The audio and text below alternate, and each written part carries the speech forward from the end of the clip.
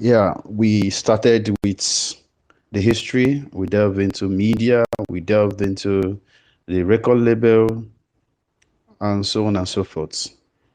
And today we are looking at something very different and unique. And that is why we are at Amaegwu, to make something different, to create something different, something that you will appreciate. We have been on this journey to revive creative industry in the Southeast for a while now. And I can tell you, it is yielding a lot of fruitful results. And the feedback has been amazing. And it is something that I am very proud to associate with. And if you are just joining us, kindly share this space to others in your timeline so that we will have more audience today. Of course, tell your friends, tell your relatives, tell everyone that you know that is interested in the creative industry to come on board, because we are about to explore. It's going to be educative, it's going to be entertaining, and definitely it's going to impact very tremendously on us. We have in our midst Chuka. Chuka is a musicpreneur, he's an entrepreneur, he's an artist developer. He has been giving us the details, every information that we need to know about creative industry or music, as it were. And we have him today. Chuka, you're welcome. Thank you, Uche.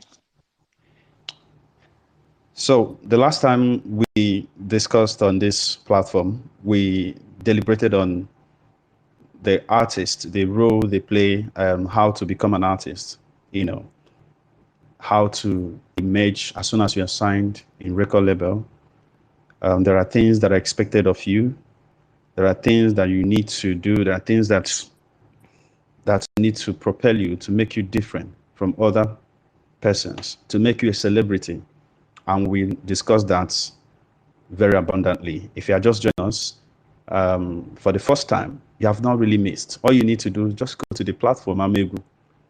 They have every edition recorded and uploaded in all music platforms: Spotify, YouTube, AudioMac, and so on and so forth. So just go there and, of course, plug into any of the episode of your interests and listen to what we've discussed so far. So today we are looking at before the hits. Before an artist gets that first breakthrough, there are things that you are required or you are supposed to engage in. And a lot of artists will be waiting for that first hit, endlessly waiting without getting it. And at the end of the day, they will join the long list of artists who have been ending up in the graveyard of unsuccessful artists that we have in Nigeria. So without wasting much of your time, let's bring in Chuka to give us life, gives life to this topic. Now, before the hit, what exactly does it feel like as an artist? If, for example, you get signed to a record label and you have not had any hit, any project out there, no EP, no mixtape, for example, if you're a rapper or something, no album, your single is not even out there. And even if it's out there, it's not banging, nobody's listening to it. What are you expected to do before you get your first hit? Mr. Chuka, you may have the mic now. Okay, good evening, guys. It's always exciting and it's always a pleasure to be here and talk about what I love the most, which is music. This is an interesting topic, actually, because it touches almost everybody who has made an attempt, to become something in music, especially for an artist. Really, like I always say, it's a journey. Getting into the music business is a journey. Whether you're an artist, producer, whatever you're doing, it's a journey. It doesn't happen automatically. It takes time to build. Just the same way you get into the medical profession and start 6, 7 years. Just the same way you go into other professions and study for a period of time, then get into the base of the work of the career, and build up your through the ladder of the hierarchy in your industry. It's the same thing with music. The only difference is that today we music seems to be built on fame. So it looks like that's your goal. That's your ultimate goal, to become famous. And before then, you're supposed to first of all become a musician. I mean, a real musician, an artist. Like last week, we talked about who an artist is. So it's about preparation, actually. It's about preparation. Whatever that happens before the hit, before you make that hit, is supposed to be what builds up to becoming a hit artist. It's a collection of a lot of things, but it's about preparation, all kinds of preparation, like I said the last time. Wow, interesting. So before you get to the top or you get to the peak or even get that first hit, it means that you have to prepare the ground because the journey is filled with a lot of roughs, a lot of tribulations and whatnot. So there are many things that one has to encounter before he gets to that top. That's exactly what it means.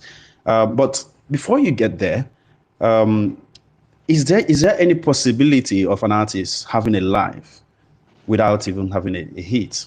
Is there any possibility of that? Well, there is something I used to say some time ago. We say it in Lagos, actually. It looks like it's not the reality, but it looks like until you have a hit song, you don't have a career as an artist in Nigeria. You know, that is a myth. In a way, that's a myth because it's not the reality. Depending on where you're looking at, what you're looking at, your angle, your perspective. But you can actually have a career, you can actually have a life. I mean, you're talking about livelihood, I guess. So I can say that you can have a livelihood. Yeah, you can, even without being a popular artist who has a song or two songs or an album selling on streaming sites and on YouTube. You can have a life, you can have a livelihood, source of livelihood. It's very possible. There are many things you do. Yeah, of course. There is so much concern in the music industry about the organization and how the structure is quite not well organized. And you find it quite difficult for artists to be able to explore other alternatives, other things that can actually help them while they wait for that moment of breakthrough. So what are those things that artists can likely venture into before that breakthrough? Because every artist seems to be waiting for that moment. Okay, because music is not like every other profession that you just go to school, come out, get a job, and then work so hard to get promoted to the next level and the next level, aiming to become the MD or something like that. It's not like that in music.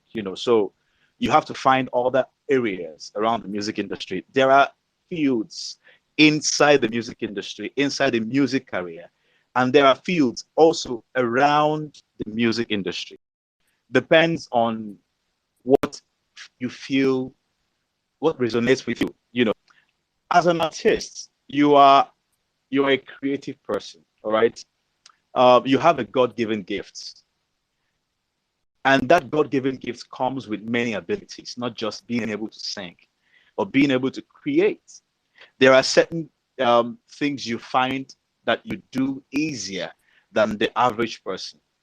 For instance, a lot of people who can sing can draw or paint. A lot of people who can sing can act.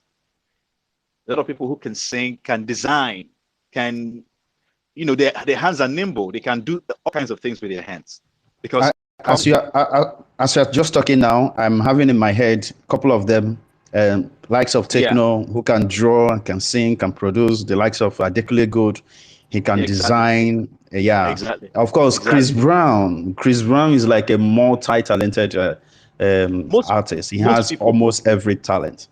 most people who can sing, I mean, those who have talent, music talent, most of the times that talent comes with a lot of abilities. It's just um, that the person probably doesn't have a lot of exposure. It's about how much exposure you were given as you're growing up. Then you pick up interest in several areas or certain areas, then develop yourself in those areas, develop passion for those areas, and then develop skills in those areas. But there are many things you can do within the music industry if you have talent. What I mean is that you have the ability to venture into those areas, to delve into certain things, depend on the one you have most passion for. Like, for instance, in the music Yeah, industry, you can be a producer, exactly. you can be Yeah, an instrumentalist. of course. Yeah, talking about venturing into other areas, I would like to highlight some of the areas I'm aware of. You may also add if there is any that I'm missing. And of course, if you're just joining us, please kindly share this space to your TL so that more people can join us. And if you're joining us for the first time, you are not late because we have it recorded. You can go to Amaegwu page and check it out on all the music streaming platforms. All the episodes, you listen, and of course, share your thoughts. Your feedbacks are welcome. Your whatever, anything that you're bringing on board is welcome. All right. So, Yeah. am I still audible? Yeah, you're audible enough. Yeah. Okay. Now, talking about other aspects of creatives, other aspects that one can actually venture into while waiting for that list, we have lists of them. We have DJ, we have MC, we have hype man. I don't know if there is any hype woman, but we have presenting, we have voiceover artistry, we have music production, we have band instrumentalists, we have artist management, right? We have vocal coaching, you have video production, piano lesson, music production, and so on and so forth. All these things are things that can actually be done by up and coming artists, because at the stage you have not attained that level of established artist, because you have not gained your first hit, your first breakthrough. It could be your album, it could be your single. Now, at the time, you are still having your hands in so many cookie jars. How are the things like? What are how can an artist venture into any of these things and come out successfully from them? Because if you look at, for example, South African DJ is one of the highest form of artistry in South Africa. In fact, their DJs earn more than their vocalists, their music performers. They are DJs. They are producers. They make music. They produce the music. They go shows. They go international shows, like the likes of Black Coffee, Master KG, DJ Shimzy, and DJ Maforiza, and so on and so forth. They go for international shows. But in Nigeria, we don't really have such, such avenue, or should I say, such type of avenue for where people can actually venture into things like this, and of course take it overboard. So how do you reconcile this? How do you advise whoever that is listening? What area can one fit in, and how can someone go about it? Like I said, if you have talents in music, there are different areas that resonate with you. Depends on what you really, really enjoy watching people do. Probably you like watching people. Like, for instance, when I was growing up, I really liked the piano a lot, and I wanted to learn how to play piano. I can play a little, just a little, but if I had an understanding of how the music industry works, like I do right now, I would have gone into piano because I love seeing people play piano. I also like the sound of the guitar. I think my voice blends very well with the guitar. So it's about what resonates with you, what you are attracted to. It could be instruments, it could be DJing, it could be artist management if you think you have administrative aptitude. Maybe you are good with people, you have good social skills. You You're understand able to spot talents. how to network. No, that's not what the manager does. You know how to network, you know how to connect with people, you know how to actually leverage on opportunities, you know how to negotiate, you know, on deals, and you understand how to manage talented people, because that takes a lot. It takes a lot of emotional intelligence, it takes a lot of maturity, it takes a lot of patience. It takes a lot of boldness and courage and inspiration, because when the artist is on his low moments, you are the one who gets him up or her up and get her to do what she needs to do, no matter what's going on, and you are the one to defend him or her when people try to take advantage of them. So the work of an artist manager is a lot. It takes a lot of maturity, intelligence. You can also be an instrumentalist for a band or for a studio.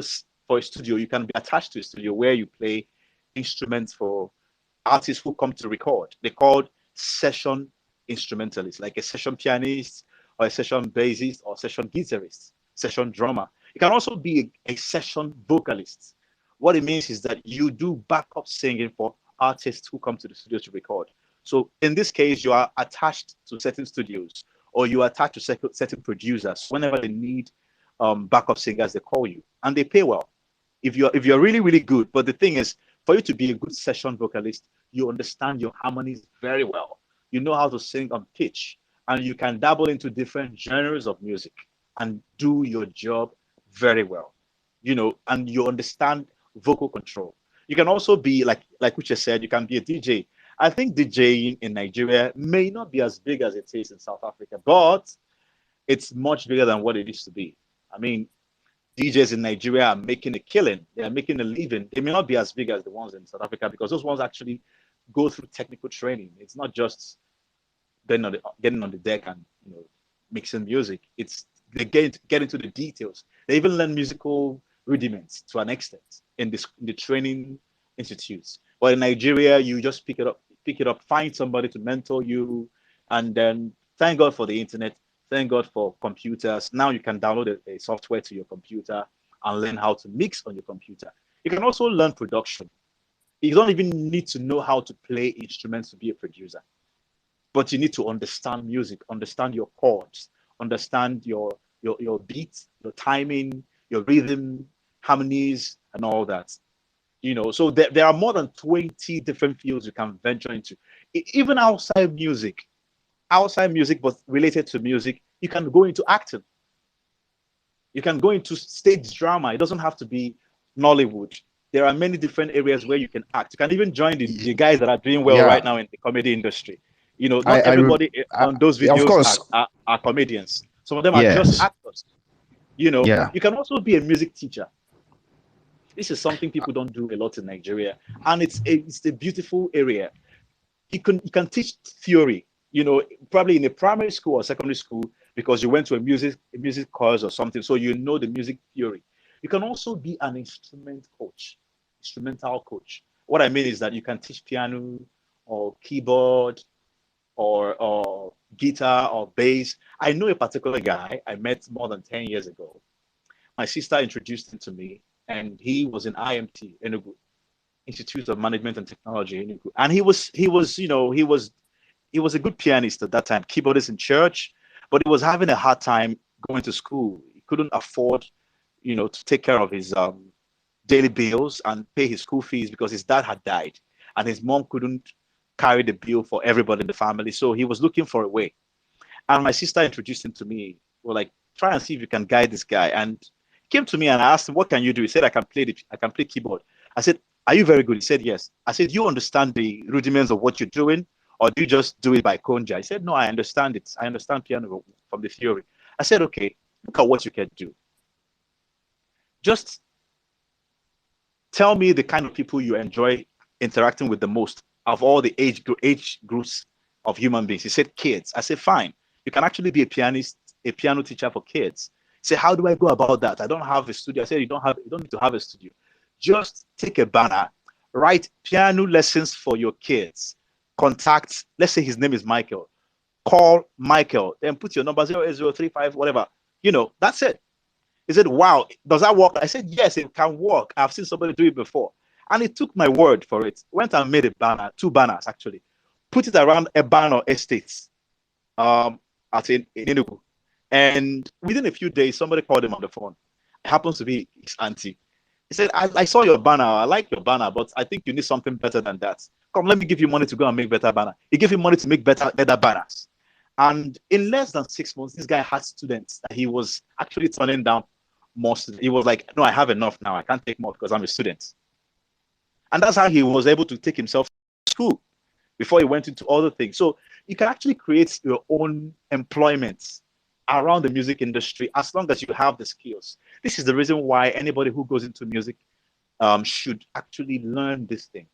Not just, it's not enough to know how to sing. It's not enough to know how to lead vocals. It's important to know how to do background as well. It's important to know how to play one or two or more instruments.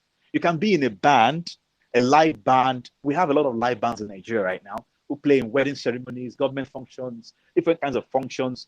We even have bands that follow artists, I mean, A-list artists, when they tour. Some of them travel outside the country. You know, what you just do is do backup for them. You know, you can also be an instrumentalist in those bands. You can even sing in bars, you know, high profile bars around big cities as a band member or a lead vocalist in a band. So there are many areas you can actually venture into, you know, even outside music, like I said. Yeah, interesting how you actually, of course, went straight to what I would have asked you earlier about the career, building career in you know, outside the music itself, which is you've done justice to that. Now, at what point will an artist, you know, have to own up to himself and say, you know what, I think I must tell myself this uncomfortable truth. I think I have to delve into this distance and take it up as a profession squarely. Okay. At what point? Well, Yes. first of all, I don't believe in doing something haphazardly. I don't believe in doing something as if you're not very much interested in it. You know, music is, like I said, until you are able to earn money from music, it's not a career. You know, so if you are a presenter in a radio station or a DJ or a music blogger or a publicist, whatever you are, a booking agent, compare, you know, a comedian, whatever you are, and you have music talent, take that thing you're doing seriously. Take it seriously. Music can be your side hustle. That's the main thing that brings food to your table. Why I'm saying this is because I've seen a lot of people who try to pursue a music career, try for 10, 15 years. By the time they realize that this is not working, they're 35 years old. There's some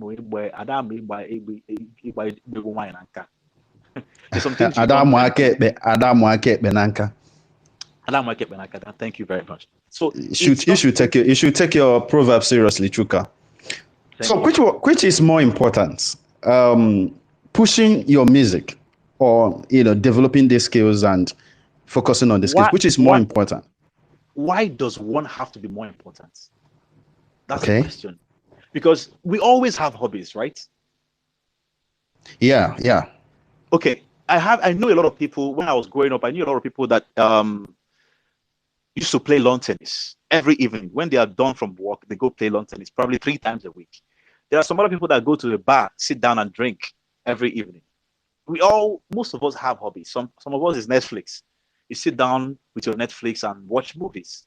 We always have something that takes our time outside our career because that's how you relax. All right. Your music pursuits can be that thing for you, recreation. So you don't have to take it less important, but it can be something you do for fun until it begins to bring you money. Do you understand that? So it doesn't have to be less important. It's just that it doesn't bring you money like the other one. So you can't throw the other one away just because you love this one. This one is the one you love. The other one is the one that brings you money. So at some point, what you are doing for the love of it might begin to click, and people begin to appreciate it to the point that they are paying you for it. At some point, it takes over from the other one. But in case it doesn't happen, you already have a career. That is why, no matter what it is, you have to be excellent at it. If you want to be a presenter, be the best presenter, even before your music career takes off. Dari Atalade was a wonderful presenter at Cool FM, as an example. DJ, the Genie, if you help me see Ego, he was a good a very good presenter at Rhythm FM. There are a lot of DJs who have become artists or producers today. How come you didn't mention Ugochi? I have mentioned some. I didn't pick and choose. I just mentioned this. I remember. Ugochi's case is not an example of what I'm talking about. I'm talking about successful artists. Now, Ugochi's case is a unique case because it actually typifies what we're talking about. Ugochi is already pursuing her career in music. At the same time, I knew her as a presenter on radio. But because of her age advantage, she was able to take the risk. But before she took that risk, she was on the radio doing her thing, and she was the best at that particular radio station before she launched into music. But the point is that it was her work at the radio that actually opened door for her.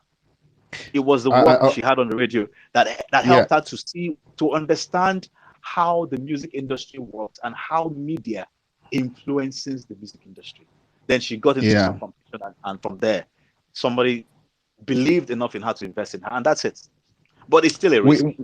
We also have Yemi Alade, who was also on radio before delving into music. There are so many of them, actually. In fact, there are artists that we don't even know they were anything else because they don't talk about it. I don't know why Nigerian artists don't tell their story. I don't know why, but I noticed it. It's only when you bring them to someone like Ebuka, who now takes them to a place where they just bring it out, that you begin to hear things you never heard before. But I think it's something that we should learn to do as artists, because in your story is your identity. In your story, people connect with you. And your identity also has to do with your roots. I have seen a lot of artists introduce themselves and they say, I'm an artist, I'm a singer, I'm an R&B or Afro-pop, Afrobeat singer. They don't mention where they come from. Yeah, I think it has a lot to do with the media itself. Because I give you an example. CK has been profiled by many international platforms. Many. He has been interviewed by many international platforms. And I cannot tell you any Nigerian platform that has profiled CK or even interviewed him since his breakthrough. So could it be that the people who are supposed to do this don't really engage artists, get to find out exactly what they are doing, how they were able to get to where they are, but they focus more on the negative news or any gossip that could maybe come from the artist so that they will run with it? Do you think that could be also the reason? There are two ways to look at this. And I like to focus on what I can control. You can't control what the media writes about you in that sense, but you can also control what some media write about you. CK is signed to a record label, right? Hello? Yes. He's signed to a record label. What record label is that? What record label? Warner in South Africa.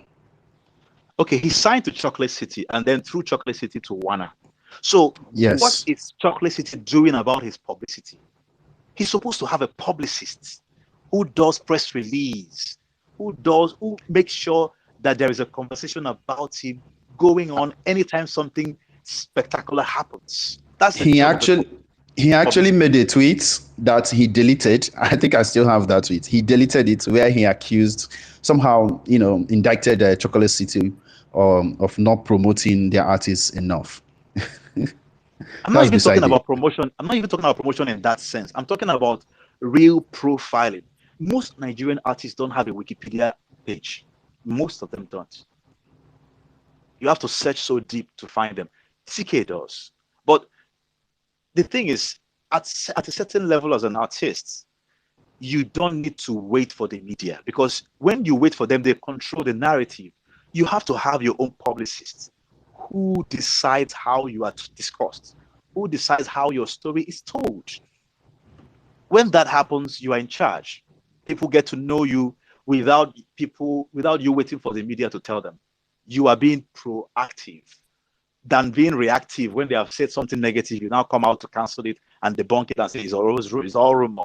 It's from my detractors. No, you have to be proactive. Every opportunity you get, you say something fundamentally powerful about you that strengthens your brand.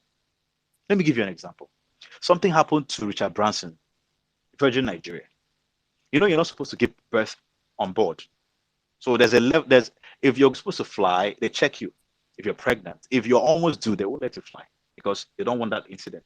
It's against the regulation. So a woman, I don't know how she managed to do that, but Virgin Nigeria, she got into a plane, traveling to maybe the UK, I don't know where she was going to. And she got into labor on board in the plane.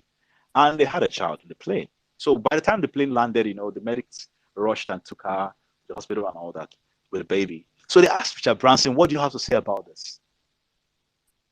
Immediately, he turned everything around. They said, come on, we're talking about a virgin baby here. Have you heard that before? He turned it around. Now, what he was doing was reactional publicity because it was a damage. So he was doing damage control, but he understood how to turn it around. But most of the times, that's what artists end up doing, and they don't have experts to do it well for them. You know, but if you have strong publicity already going on before that comes up, you see it coming, you take care of it. Probably you know that this is about to be talked about because most of the times they will actually inform you that this is coming out, or you will know. Somebody in the media could inform you. Then you release something to counter it, to actually make it difficult for them for that story to actually work, for that story to be authentic. So I don't think big artists should complain too much about media and what they do with their brand. Rather, they should complain about what they themselves are doing about their media, about their publicity. Yes, you know, we are talking about up and coming artists and before the hits, and you know, it's going to be difficult for an artist that is relatively unknown to have that level of publicity or to be out there, you know, until they grant that interview, they grant the writer, whoever that is going to upload the content about the person. Nobody will know, you know, they can only pick gossips, all right? Most information we have on artists are mainly gossip, not from the artist, him or herself. That's what I think. As an upcoming artist, yes, every rumor that is discussed about you is publicity. Every rumor, because nobody knows you. Nobody knows you really. So anything that is discussed, it might be negative. Let me give you an example. If what happened to Tiwa Savage happened to a smaller artist, much smaller artist, an unknown artist, it will make her more popular. I know it's negative publicity, but it will make her more popular. Or it will make her more famous. People will know her much more. People might dislike her, or people will know. Do you think she handled that incident well? Honestly, it's difficult. You know why I said it's difficult? I don't know the details about it. I think there's a lot that is not told. There's a lot that is not told. And the fact that she hasn't shown the intent to expose the blackmailer, it makes it difficult for people to believe her. Some people are saying that she predicted it. No, well, she didn't predict it. She said somebody sent her a video asking for money. It wasn't prediction. She was talking about what is already happening. You know, she said this guy has threatened that these people, not the guy. These people, I don't know whether it's a guy or a girl or a woman or a man, but these people sent my manager a video, and it was my sex tape. All right, and they're asking for money according to my manager, and I said I'm not going to give them anything. Rather, I'll release it myself. I'd rather release it myself than give them money, because you don't play with blackmailers. They will keep asking. They will keep on asking. So the fact that if the people reached out to her through some channels, if those people can be identified, I don't know. It's possible they can't. But if they can be identified and she doesn't want to expose them, then it makes the whole thing suspicious. All right. Thank you, Chuka. Hello, everyone. If you are just joining us for the first time, this is Amaegwu Space, and we are talking about exploring the Southeast creative industry. And today we are looking at before the hits. We have discussed in the past the intro, the history, the role of media, the role of record label, And of course, when you become an artist, things that you need to do and so on and so forth. There are so many we have discussed. And if you are just joining us for the first time, you can go to the page, Amaegwu, check out the music platforms on Spotify, on AudioMag, on YouTube as well. They have it all uploaded, and we will also be uploading this very one. So if you want to make a contribution, if you want to join the conversation, kindly step up on stage and ask your question and your contribution. We have any books right here. Any books, you're welcome.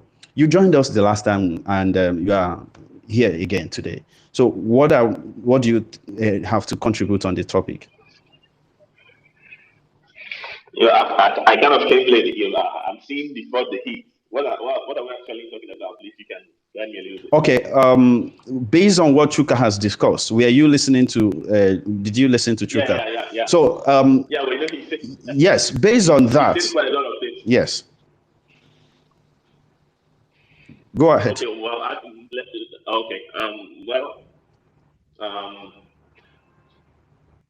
I think he spoke about artist development. Being able to know how to play instruments. Being able to delve into other sectors within the industry in order to sustain him or herself, and of course train him or her in order to withstand until the heat comes, until the breakthrough comes. Yeah, in a good standard society, that would be it'd be easier. I'll use myself as an example. Like growing up, where did I develop myself musically? It was in the church. Let's be honest. The church in Nigeria is basically the background, the foundation. Yes. 90%, the foundation of 90% of the artists in Nigeria today.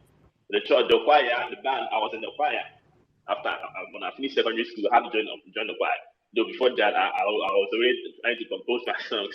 I was listening to maybe Westlife and Backstreet Boys back then, and then the Women of Grace era, that era. That was how I started learning how to kind of compose the structures of a song, the verse, the chorus, and then when I finished secondary school, which was when I was allowed to kind of go outside, where I actually joined the choir.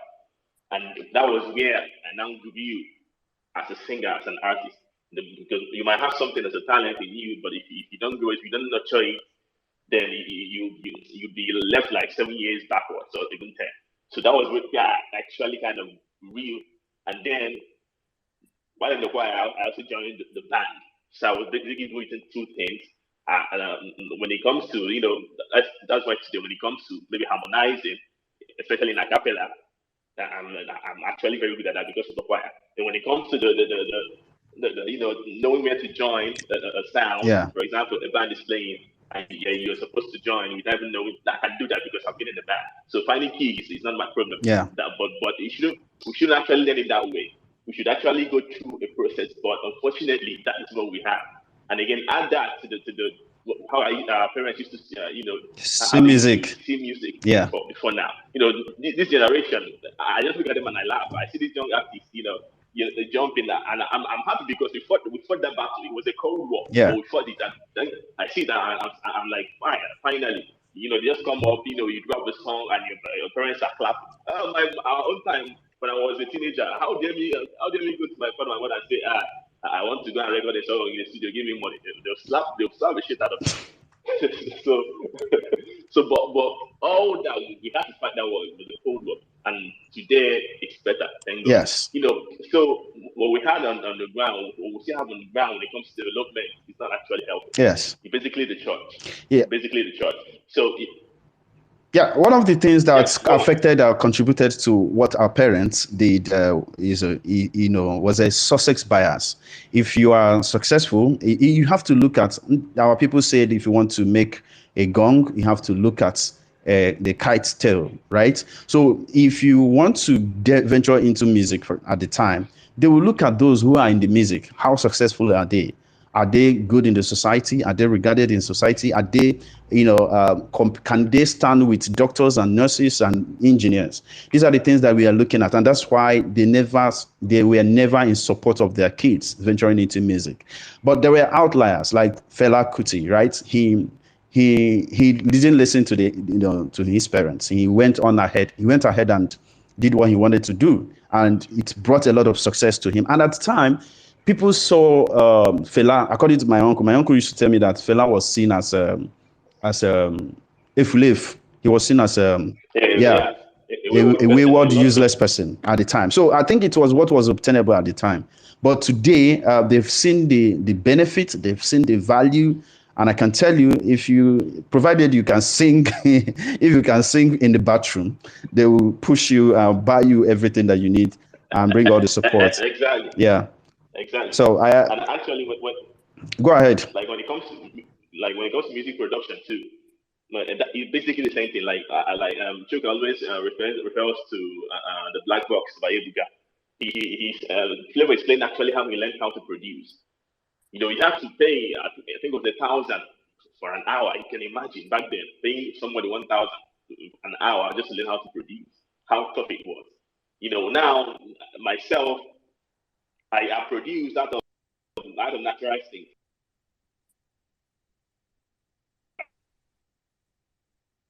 I don't play any instrument, but thanks to technology, I produce because I have those instincts.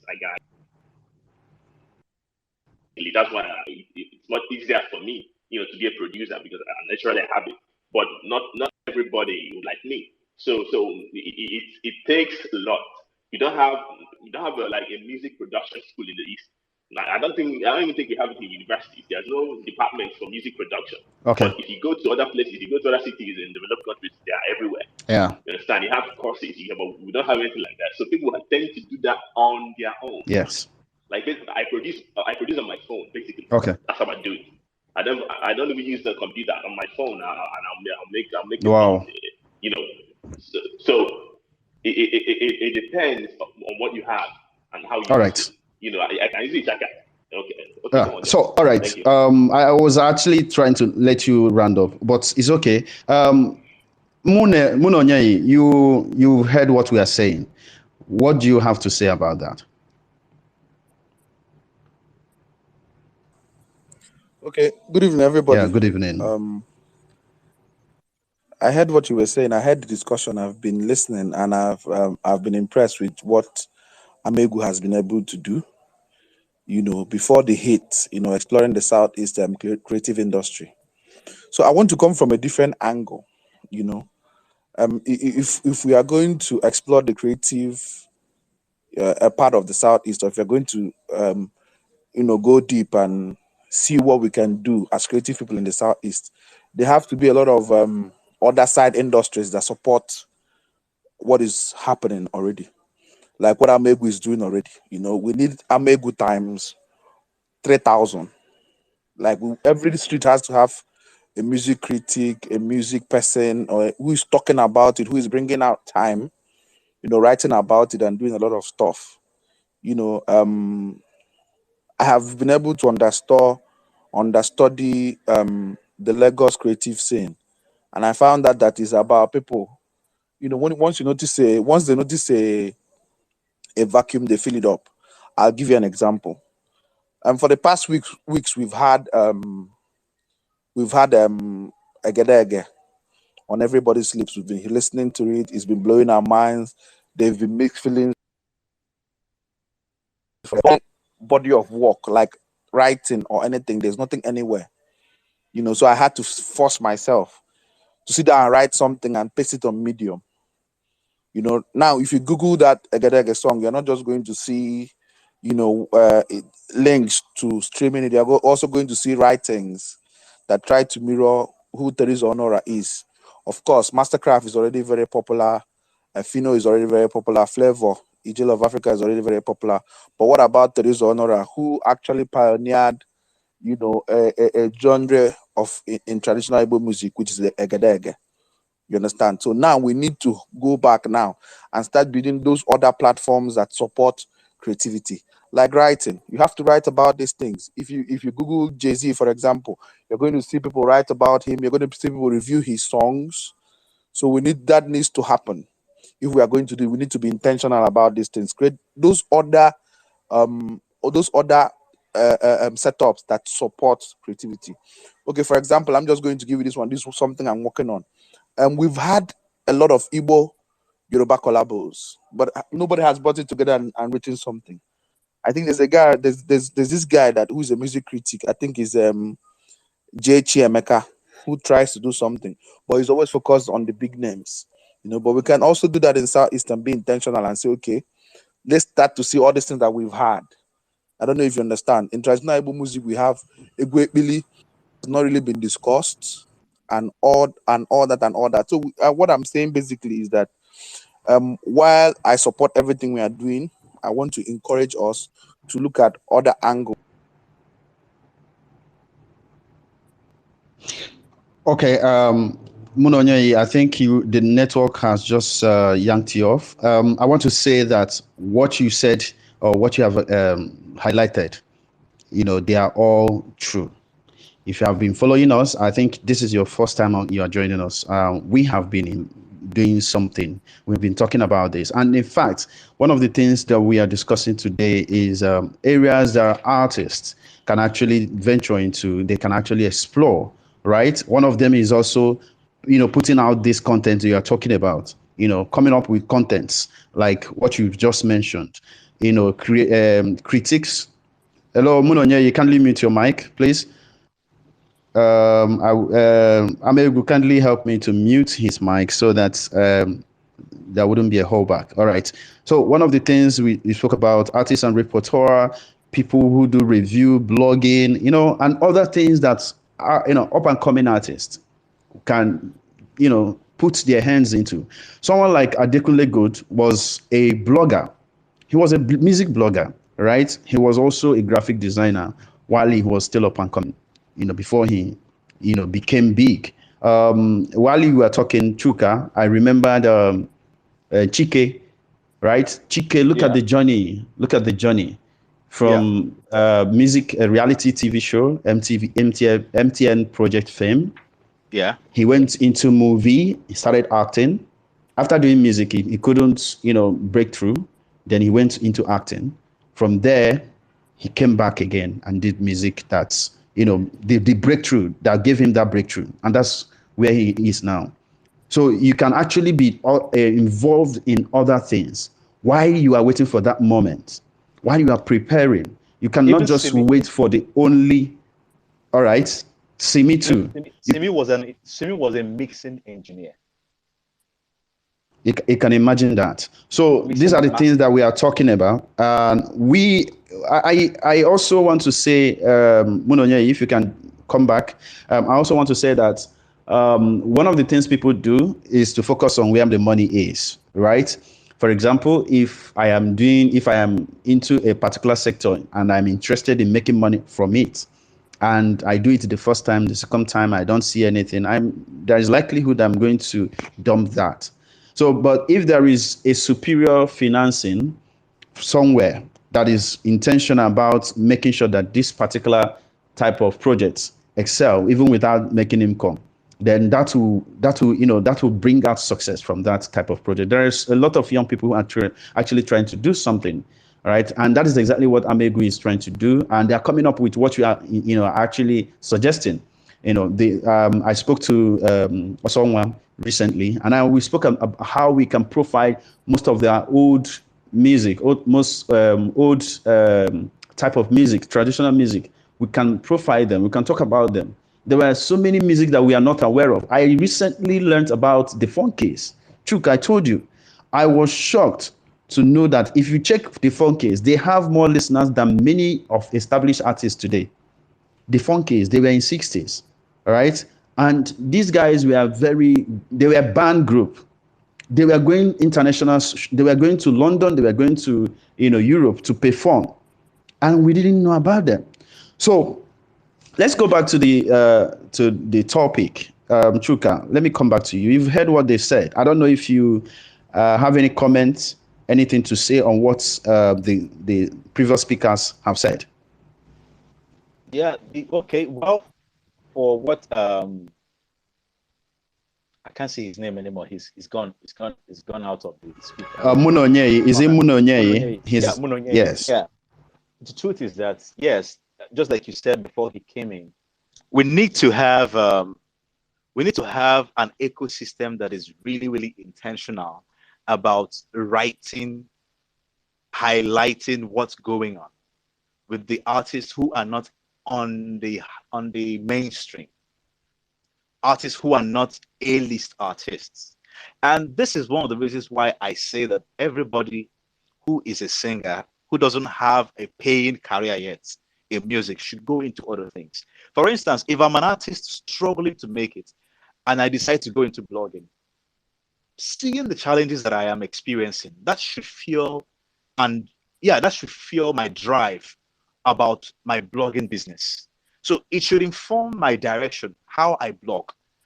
Am I blogging just to get visits, get hits? Am I blogging to actually make significant impact? When everybody have that mentality, understanding that when you all contribute to the industry grows bigger. When the industry grows bigger, the benefits trickles down and it reaches you and you grow bigger. That way, if later on you become a performing artist who is in the mainstream, the industry you helped build is going to support you, is going to help you to stay at the top, is going to help you to run the things you need to run. Like this woman that we're talking about, it was really, really, it was emotional for me. I mean, Teresa Honora, it was emotional for me because I heard her growing up, and it was. I read your write-up and I was also impressed too. Yeah, I had to. And people who my friends also wrote about her. You know, a lot of people wrote about her, but it's just that you have to search well to see them, especially on Facebook. I don't know about Twitter. I don't really spend a lot of time on Twitter, but yeah, she was forgotten because of what happened to the industry and because of the part of the industry she comes from, which is not mainstream. She comes from the folk part of the industry, not even high life, but folk. You know, I don't even know if she ever had a record label. She was making village music and she had one marketer from Onitsha. But I had to go and watch her videos to know what happened. Why has this woman been quiet for a long time? And the story I got from that was painful. I think I sent you a link to that. You know, where she was talking about how her brother, her kid brother, took over the music was because he was a manager and all that, and took over the business, took over, even took her money to the point that the brother got the wife involved, and the wife learned how to dance her music and sing to her music, and he would take shows, get shows for her, take his wife there to perform, and tell the people that she's dead. This went on for some years, and people assumed that Teresa was, yes, people assumed that Teresa was dead. That's why for years people didn't really hear about her.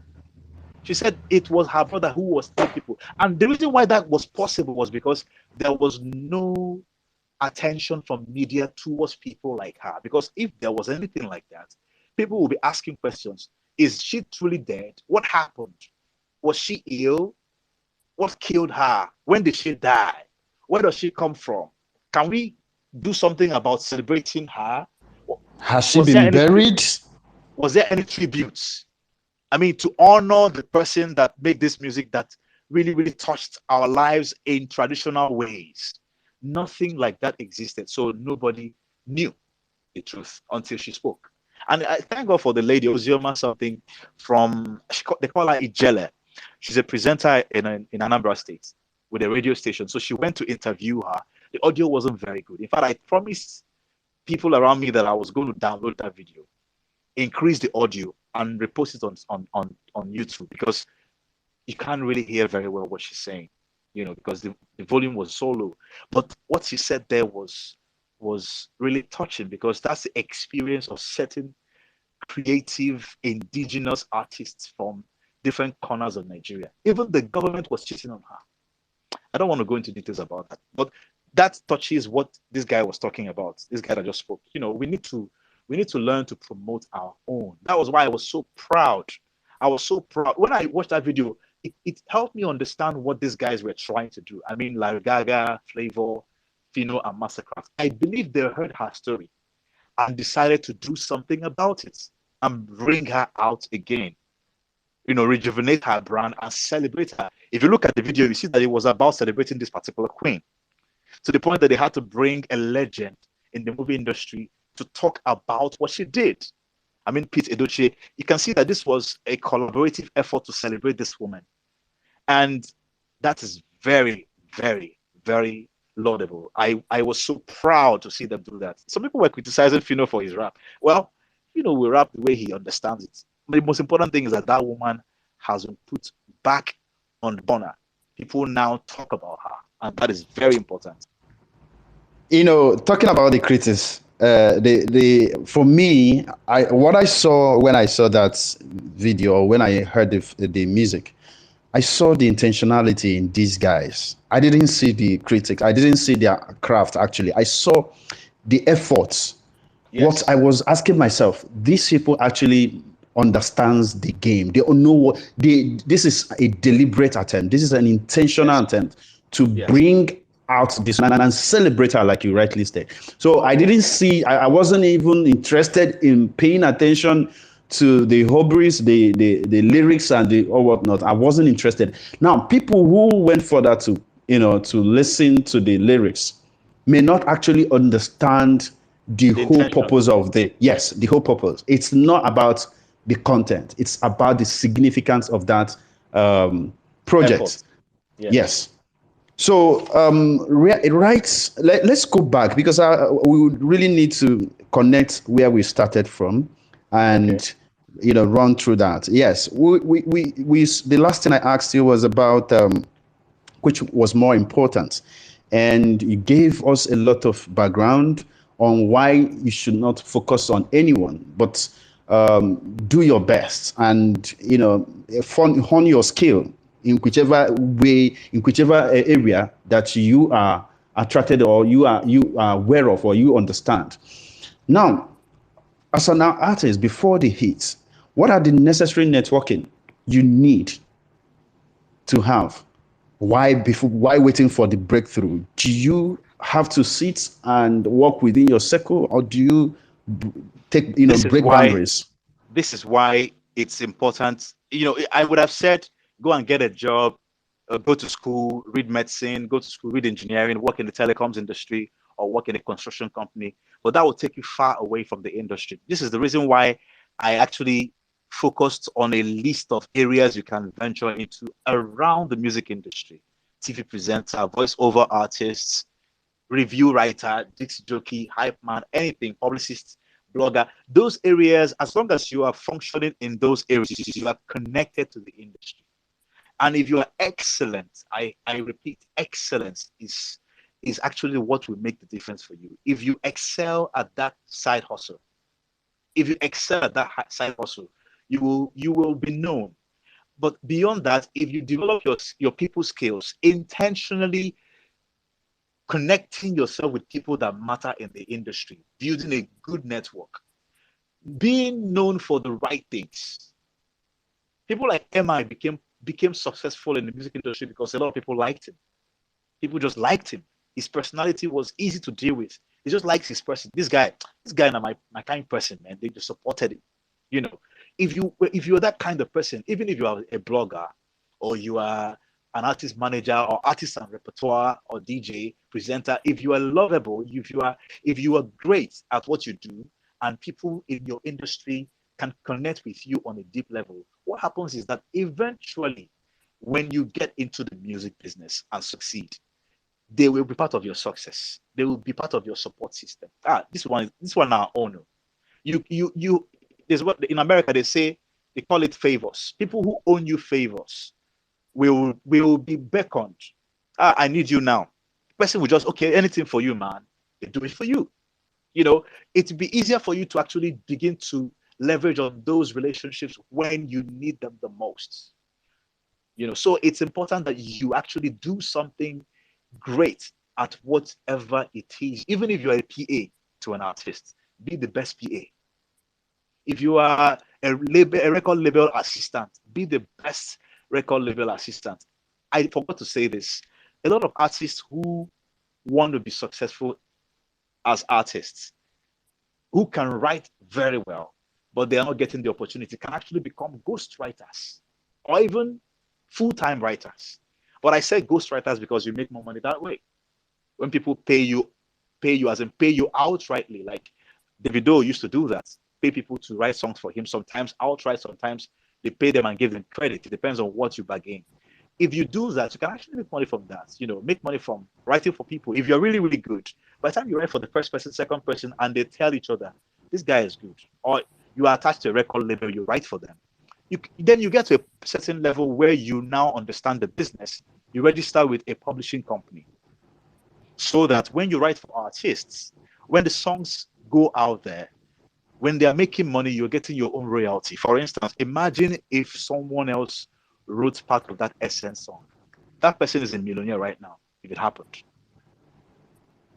So as a songwriter, you can actually make money in Nigeria. Okay, let me say something simple. I have charged people 100,000 to write songs in recent months myself, and I'm not even very busy and very active in the music industry. How much more somebody who is always around artists in the studio? Just show your skills, small. You can come into the studio where they're recording and just make a few contributions, and you know how to just drop a little and stay away. And they're like, guys, let's say this. Yeah, I write songs.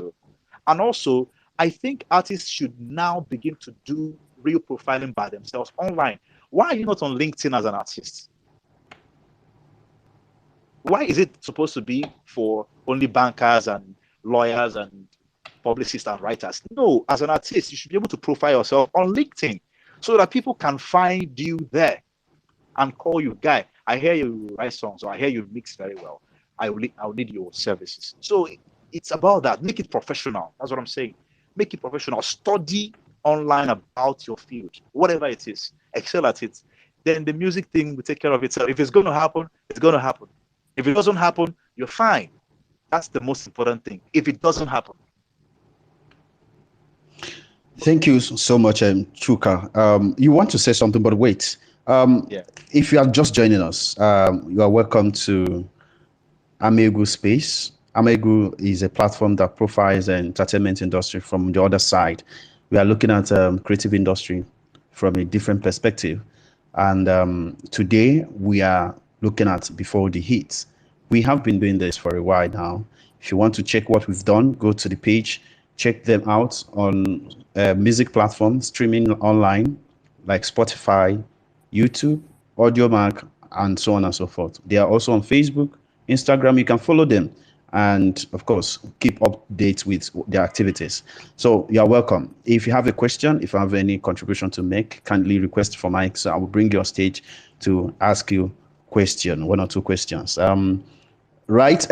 Chuka, you've touched on very important part, and that is what I want us to look at now. Artists profiling themselves online. Of course, up and coming artists or whatever you are doing, you may not necessarily have to be, very popular on anything, just what you are doing. Profile yourself properly so that people will be able to assess you. That is something that has been lacking among many up and coming artists who would prefer to be on the ground until they blow up. So what do you really think? Do you think that artists should be underground until they find something, or they should continue to profile themselves or push themselves out there, what they are doing? Do you think it is because some people feel like when they're underground and they get maybe they get access to record label, they may be able to get propelled on top better than when they have been there? See finish syndrome may likely set in. Right. First of all, there is something there's a time to be hidden. All right, for anything you do, especially when it's in the area of talent, there is a time to be hidden, and in that time, in your incubation period, it's okay to be underground. I mean, not just underground, but be nowhere. It's fine. Why it's good is because sometimes attention is distraction. All right, sometimes attention deceives you that you have arrived. Okay, like when I used to train choirs, for instance, I remember a particular time I was hired by particular people to train their choir. And I told them that if I'm going to train your choir for the next 2 weeks, they're not going to sing on Sundays. They're not going to sing at all in church on Sundays for the next 2-3 weeks. It's like, what do you mean by that? So I said, just find people in the choir who can sing very well. Let them do solo performance, but the choir is not going to sing. He said, what is the reason for that? I said, you have to deny them that gratification. So it will become clear that work needs to be done. It's the same thing with an artist who is in incubation. Sometimes you don't need to be seen too much. It's good. But my guy, if you're hustling your career, no, they look too much of those things. No overanalyze. Anytime, any chance you get to be seen, visibility is key. Record labels don't sign you when you are anonymous. Nope. Record labels sign you based on the capital they see in you. I mean, human capital, based on the value, the level of visibility you've generated on your own, not just based on your talent. Because there are a lot of people in this world. Listen, there are a lot of people in this world who are talented, really talented, but people don't like them. People don't react well to their whatever they create, whatever they do. So it's one thing to be talented. It's another thing for people to receive your talent well. So the record labels want to know that that part has been taken care of to an extent, which happens only when you have a certain level of visibility on social media and other digital platforms. You're doing something on your own. People see what you're doing. Sometimes it might just be offline, open mic, maybe in Enugu or somewhere. You're always at karaoke. I was asking of one of my old friends, and they told me that he's now the king of karaoke in Enugu. I was like, that's amazing. If this guy was 25 years old, probably he would have been signed by a record label. He's up to 40, he's above 40. But if he was 25 years old, that is already a lot of visibility that the record label will see. I'm like, okay, this guy can perform very well. One. Two, he's already known in Enugu. If we sign him and he has good songs, Enugu is already waiting for him. I remember Don Jazzy discussing with Ebuka, and he was talking about how they find artists. I remember Terry, how Whiskey discovered Terry. It's the same thing. While you're pushing yourself, putting yourself out there, deliberately and intentionally. But I'm going to say this. Yes. I want to emphasize more on that aspect of publicity. See, like I said, the second time we had this discussion, I said, as an artist who is not signed to a record label, you are one man gang. So you have to develop certain skills that you need to be able to navigate your journey. One of them is to be able to set up your platforms by yourself. You need to know how to set up a YouTube channel, for instance. And you have to study. Don't just do things anyhow. Anything you want to do, go to Google, type how to. You will find all kinds of articles that show you how to do it. This particular space discussion I'm having now, trust me, I have watched videos on how to do it. I've read articles on how it works, how to engage people. Why? I want to do it well. The same thing applies to artists. How to set up a YouTube channel is on YouTube. This guy was talking about the fact that America has institutions of learning for the music industry. Yeah, I understand all that. But the truth is that if you understand what YouTube is a university. You can learn almost anything on YouTube. Yeah, I agree. So use all that, know how to tweet, learn how to tweet, learn how to post Instagram, post content on Instagram and generate engagement. The same thing with TikTok. When you understand those things and do it yourself, somehow you're already propelling yourself towards success. That's what they call them, do-it-yourself artists. So I agree totally. Chuka, thank you so much for that. Collins, you are raising your hand. Do you have anything to contribute? Oh, okay. I just have a question. All right, go ahead. Okay. It's about Nigerian music. There is something I would like to call a Lagos effect in the Nigerian music industry. I really would like to understand what happens. I mean, most of the artists is either they're living there or when they blow, they eventually move to Lagos. I want to know, is there something, people around there do differently? Maybe, I don't mean artists living there, I mean the people, the audience. Or is it like, due to the, proximity or, of the media houses or maybe other celebrities? I want to understand because maybe if there is anything they do differently in those environments, maybe we can incorporate all those things in our own environment to make Southeastern Nigeria, environment where music can thrive also like it does in Lagos. Thank you. I like the question you asked. Well, it's not exclusive to music or to the music industry or even to the creative industry. It applies to a lot of fields. Let me bring it from another angle. Wherever you have, in coastal areas, wherever you have a sea, development happens quicker because you have an open, but you are open to foreigners. You are open to visitors. You are open to tourists. People come in from different cultures, different backgrounds, different countries, and interact with you. You also go out from that coast to other places to interact. And that attracts other things. When we started having airports and airplanes, of course, you had to continue in same locations. That was part of what made Lagos what it is. But beyond that, just like they say about America, they say that America is the land of dreams. The reason why America is the land of dreams is because they have been able to sell America as a place of opportunity. And that idea has grown so strong that people from more than 200 countries in the world think that way. So when they get up from their country and say, I want to go to America, they have that mentality that when I get to this place, I'm going to find opportunities and I'm going to make use of them and make it. Now, this happens. The next thing that happens is the person goes there and probably makes it. Then the next thing that happens is that the talented people in those countries begin to look at America. So America becomes an attraction for the best talents in the world. Everybody who wants to go there because they have a higher chance of becoming great. The same thing applies to Lagos in Nigeria. Lagos is the America of Nigeria. Lagos has been projected to the rest of Nigeria as the city of excellence, the state of excellence, as the place of hustle, as the place of high energy, as the place where people really, really compete, is highly competitive. And that mentality has generated so much energy, so much interest that people now believe that when they go to Lagos, they're going to make it because there are opportunities there. And what happens is that the best of every region, the best of every city moves to Lagos.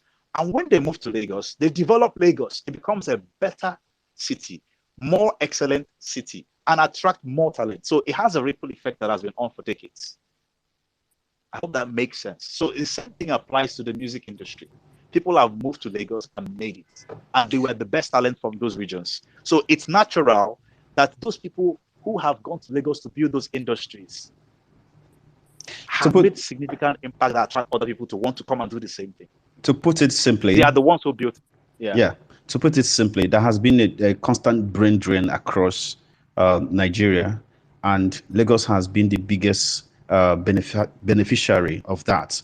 A lot of people who are good, there are great talents that that started from here, but when they get to a certain level, which is supposed to be the peak, and they look around, there is no one to compete with, they will be advised to move to Lagos, where they will meet people they can compete with, because already they have gotten to a stage where they no longer see anybody they can compete with, and they need to step up their game, and that's why they leave to Lagos. So it is a natural phenomenon based beyond on competition. Yes. Beyond competition, actually, it's something in the brain. It's something in the brain. You want to be where it's happening. What they say, where the juice is, because it's fun when you are where the juice is. What do I mean? If you are a singer, you know that if you go to Lagos, you're going to see more than 20 producers. Unlike in Enugu, that you have very few. So you have enough people to work with. You have the best to work with. If you're looking for a graphic artist, you find the best in Lagos. If you're looking for a video director, you find the best in Lagos. If you're looking for publicists, you find the best in Lagos. That's the impression. It's not always true. It's not always true. Because I remember that when this new music industry started, I was in Abuja. I was with McCoy, if you remember McCoy of Style Plus. And we used to discuss about the music industry. And at that time, Abuja had good enough producers that could compete with Lagos producers. But the narrative was different. The narrative was that Lagos had the best. So sometimes it's actually about the branding, not just the reality. And the branding eventually creates the reality. Of course, so that's perspective. Like me, as I did here now, I have this impression that if I go to the Southeast now, there are certain things that I'll be looking for. I can't find them easily because I'm not in Lagos. But in Lagos, I just go to Computer Village or to Alaba or whatever and pick it up easily. But in Enugu, I'll be looking for it. Or I'll be looking. It's not that easy. So those things have been made available by virtue of what I just explained to you now. It's a journey that has been on for a long time. And it has come to the boiling point where you can't do anything about it anymore. The only thing you can do is to create another Lagos somewhere. And to do that, it will take a lot of work, intentional efforts. Just like in America, it used to be New York, only New York. Eventually, they built Los Angeles. Atlanta. Today, now, Atlanta has joined. And Atlanta joined because Black people became very, very conscious, deliberate about it. Let's do something because this is where we are making it. So let's do something about it. That's why people like Tyler Perry didn't leave Atlanta to move to LA, because he understood, let us build this place. And that is what they're doing. So it takes intentional work to do that. And it takes collaboration. So people in the Southeast who don't want to leave the Southeast must learn to work together. The higher purpose should supersede individual interests. When that becomes the norm, it's possible. It's really, really possible to build it. I hope he answered your question, Collins. Well, honestly, he did 100%. I mean, when I raised my hand, it was like, when you said something about, artists, having to be in Lagos to compete with other people. So I want to, ask, based on the nature of the industry, you can, this is music. It can be, streamed online. You can be, aired. And so you do not, need to be there for, for you to, excel. Just like, Absolutely. CK. Yeah, just like, CK. CK's music, was I believe was consumed internationally before even Nigeria started listening to it. So he wasn't in America. He had features from other African artists, from French, from a lot of people from all around the world. So, but he's still here. He didn't relocate to anywhere. Yeah, I agree. For example, I know someone like a Master KG who comes from the least developed province in South Africa, Limpopo.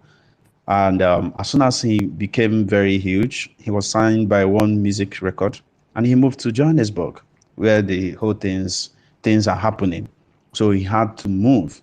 The truth is that I understand where you're coming from. We can actually do that, but it requires sacrifice. But I'm just being realistic. There is something that is certain. I understand the reason why artists take those initiatives. I can't come here and pretend that it is not a reality. However, it depends on the type of artist you want to be. It depends on your audience. If, for example, you want to focus, for example, Slow Dog doesn't have any business going to Lagos, and he's doing well. Slow Dog gets shows. He goes to shows every now and then, and he doesn't care about Lagos, all right? And because he knows his audience, he knows who he's singing to. So that is the difference. But if you are looking for bigger audience, if you want to get more, bigger audience or platforms, you can go to Lagos. You can even relocate to UK or US, whichever way. So, but for now, what we are looking at is before the hit. That's where we are. So let's go back. Chuka, you said something, you wanted to say something, and you veered off somehow, and that is about, why you are still struggling, because, I mentioned how difficult it is to, to become successful artists in Nigeria.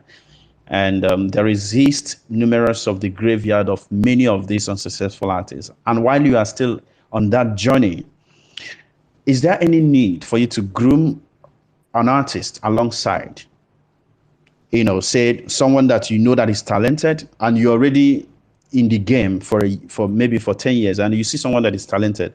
Is there any need for you to bring the person or help the person? How important is that really? Because this is how I say it. Your success is not truly complete until you have successors. Say that again. Say that again. Say that again. Your success is not truly complete until you have successors or a successor. All right. Because there is something bigger than success, than what we call success. And that is what is called lasting success. It's called legacy. Now, what makes it lasting success is that even after you're gone, the impact remains. The impact doesn't go. Michael Jackson died in 2010, but people still talk about Michael Jackson till today on award shows, on interviews, how he influenced their music, how he inspired them, how he did that, how they grew up listening to his music. I'm not even talking about the impact, direct impact he made by conscious effort. I'm talking about the impact, his success, his excellence, his spirit of excellence, the impact it has on artists. You know, now for us here, I think that almost everybody who has become something in the music industry was groomed at some point by someone. So it should be a culture to pass that back to someone else. It should be a culture. Now, if you really, really love the industry beyond your own success, you will want to add something to the industry. You want to show somebody the way. People who are kind don't want to see others suffer what they suffered, because they believe that if people have to suffer the same thing I suffered, then my suffering was in vain. So if you spend 15 years hustling your career and it did not work, yeah, there's frustration attached to that. Yeah, I understand. But the truth is that what will make it worth it, what will make your failure or whatever worth it, is that you are able to transform the experience, the lessons learned, into value that can help someone else avoid the pitfalls, avoid the bottlenecks, or overcome the challenges and succeed. When that happens, you are part of their success, and that is a legacy. So it's necessary, very necessary. And for successful artists, to an extent, they refer to you. Even if they don't, the story refers to you. Even if it doesn't, you know in your heart that you are part of what has built this industry by being part of these people's success. And also from the financial angle, you can create a business around it. Set up a record label or something, or do some kind of collaboration with them that will generate revenue. So you are leveraging on their talent and your own fame. So all around, it's a beautiful idea. It's how life should be. That's how things work. Okay, how about how for example, when you are not a successful music artist, I think it will be difficult for up and coming artists to even listen to you if you do not have any success story to tell. For example, how do you think? This is why. Yeah, This is why I like. This is why I like mentorship. Okay, complete your question. Sorry. So, if, for example, Mr. Obina is advising Mr. Chinedu, who is an up-and-coming artist, and Mr. Obina wasn't a successful artist during his time, do you really think that the up-and-coming artist will listen to him? Okay, I'll put it this way: you don't have to teach everybody how to sing. You don't have to groom everybody. If you really, really want to groom people, you will find one person or two persons to groom. The idea of trying to be famous by grooming people will never work for you. But if you just want to help somebody, start with one person. If you just want to help somebody, sometimes it doesn't even have to be a mentoring season. It could just be one moment, just one moment. Like what I said about Chris Madabuko, who went to Flavor at City Center after performance and told him, my guy, take this money, go and make your own product, go and record your own album. It's time. It's time to take this to the next level. Look at where that took Flavor. Look at who Flavor is today. I'm sure when that man sees Flavor on the stage on TV, performing, he can actually tell himself, well, I think I can see one of the products of my little efforts. That is gratification. It feels great if you have a good soul. Outside that, there are little ways you can help people. It doesn't have to be mentorship. It could just be one word cheap, like that's what I said now. I walked into an office one day, and one of the staff of the person I went to see happens to be in one of the rooms playing the guitar and singing. I was like, in this office. And the man I came to see was on his way to the office to see me. So I was like, let me just connect with this singer. I went I went and knocked at the door. The person came out, and I'm like, okay. He's like, you're a musician. Are you? I thought it was radio. The guy laughed, and I said, okay, let me hear you. And he continued playing and was singing, and I liked it. I liked it. You know, he asked me whether I do music. I said, yeah, I produce. I've been around music. He said, okay, that's interesting. Can I pick up something? You know, what do you think about my singing? I just said something very simple. I told him, you're singing from your chest. If you're into music, you understand what I'm saying. You're singing from your chest voice. Can you take it down into your diaphragm and sing from your diaphragm? It will come with some air. It will come with refined tone. It will sound better. It will sound more natural. People will connect with your emotions more. I gave him an example. I sang from my chest and then I sang from my diaphragm. He was like, wow, the difference is clear. I said, yes. I gave him examples of popular artists in Nigeria and America who do that, and I left him. That was all I had to do. If he's a smart person, he would apply it in his career for the rest of his life. Sometimes it doesn't have to be a program. Just one opportunity, come drop something. It doesn't even have to be about how to sing. You know, so we don't need to make excuses about people not listening to us. Let's focus on who is listening to us and then take it from there. It's easier that way because life is not like that. We're not entitled to people listening to us. We're not. You see this I'm doing here. I'm not entitled to you guys listening to me. It's choice. And it doesn't hurt me. That's how life works. People navigate towards something that is an example for them to follow, more than something that is telling them how to go. Yeah, that's what I think. Beautiful. Thank you so much. Of course, if you are joining us, yeah, hold on. If you're joining us, you are welcome to Amaegwu Space. Kindly follow Amaegwu and go check out all the episodes that we've had in the past. You can go check it out on Spotify, on YouTube, on AudioMac, and other places where you can find Amaegwu. And yeah, if you can still share our space, even though we are almost close to the end of the program. Yeah, let's hear what you have to say, Nebuk. Yeah, about the upcoming artist not listening to someone who didn't kind of blow.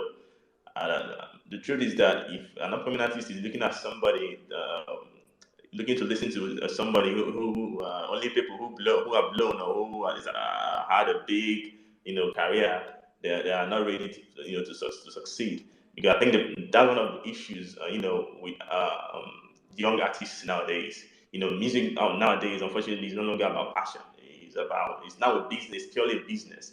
Once you can sing, fine, you just do it in the studio. Some labels we just do the music, forget the rest. And since he can sing, fine, every other thing will be done. Sing, give them the vibe, and it is done. So that's what kind of shift in the music. But because normally a learner or somebody who's upcoming should be looking at knowledge. But this guy, he's been there, he might not have blown, but since fame has taken over everything now is about the limelight, it's about fame. You don't, even the quality of the music doesn't even matter anymore. Even how good the music is, it's not even nobody cares anymore.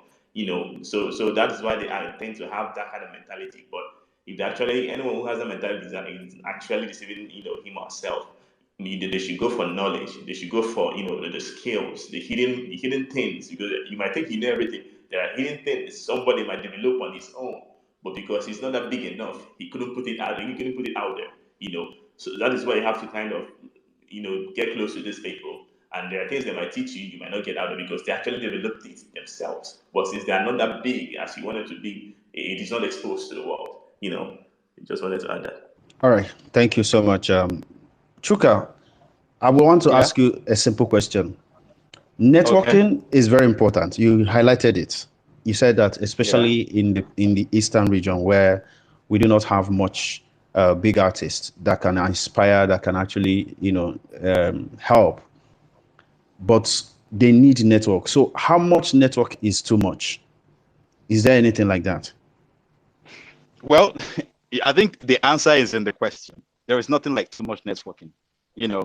As much as your time affords you, you need to go out there and relate. go out there and mix up with people in the industry. Chuka, Anytime you hear, you know why I'm saying this? You know why I'm saying this? There's this an artist in Oka here. His name is Dialect. He was very popular when he came out. He sounded like P Square. And there's something he complained in an interview. I will never forget. He said that he wants to leave Oka because of C finish syndrome. The Oka people have seen him and they don't really appreciate his work because he is almost in every nook and cranny. And there is another one. Somebody told me that a particular artist of mine, I will not mention name, has been performing in Oka for too much, that he should stop coming to Oka before C finish enters. That's what someone advised me to tell him. So that's why I'm asking this, because but that's not networking. I understand. But the more you get in this, the more you make yourself very available, the more no matter how much you do not want to network, the more you have network, the more you establish relationship, and that's what I'm actually pointing out. Let me try and strike a distinction. There is the law of scarcity, all right? Even people who are dating self, even when a guy is after a girl, if he makes himself so too available for the girl, his value depreciates in her perception. It's the same thing with artists. There is something Denzel Washington said. He said that when you are always accessible as a superstar, your superstardom, your aura drops. But that is for superstars. Your aura drops. I can actually argue against it, and I can argue for it, because it depends on the kind of brand you have. There are certain brands that build themselves or are built based on consistent engagement. An example is Don Jazzy. Davido. Don Jazzy was on Twitter from 2012 till 2000 and maybe 19 or 17. He was active, very active. I remember when he was the only person in Nigeria that had more followers than Don Jazzy was Linda KG at some point. He was that powerful. And that was one of the ways he built his brand. Because he knows he's a shy guy. He knows he won't come out on interviews. He knows when the band brings him up there, he will not talk and say anything. The band will put his ear down. He will speak into the band's ears. And the band will say, this is what Don is saying. That was their style. But he found a way to express himself. It's branding. And branding is about majoring in your strength. And then, downplaying your weaknesses in a way that people don't see it. Don Jazzy knows that he's not very good at talking. Don Jazzy is not an eloquent or fluent person, whether English or Pidgin. They chop word when they talk. So he knew that this is not something I should be doing. People will start seeing less of me. But if I know how to put my lyrics, my text together on Twitter in an engaging way, people will love me for that. And that's what he did. So if your brand requires that you have to engage people constantly because of the kind of message you're driving, because of your essence, then do it. But if you're the kind of person that is mysterious, you build your brand on mystery, around mystery, they see you like that. My friend, keep it like that. An example is Beyonce. How often do you see her post anything on Twitter or Instagram? Another example is Lagbaja. Lagbaja understood the importance of anonymity. And nobody had done it in Africa before then that was famous. So he was like, okay, people will actually feel like they need to find out who this person is if I cover my face. So that curiosity was sustained for years. Hey, this man. And the name Lagbaja in Yoruba means Mr. Nobody, person when they don't know. So that curiosity, we want to know who this guy is. And it made it difficult for them to see him finish, like you said, because he remained faceless. So there are ways you can express yourself and avoid being seen finished. But let me now bring it to the networking part. Networking is not about going everywhere, performing everywhere. singing everywhere you're called. That's not what networking is about. Networking is about wherever you find yourself, how you relate with the people around there, how you seize the moments. When you meet important people, what are the things you say? How do you engage them? How do you leave them?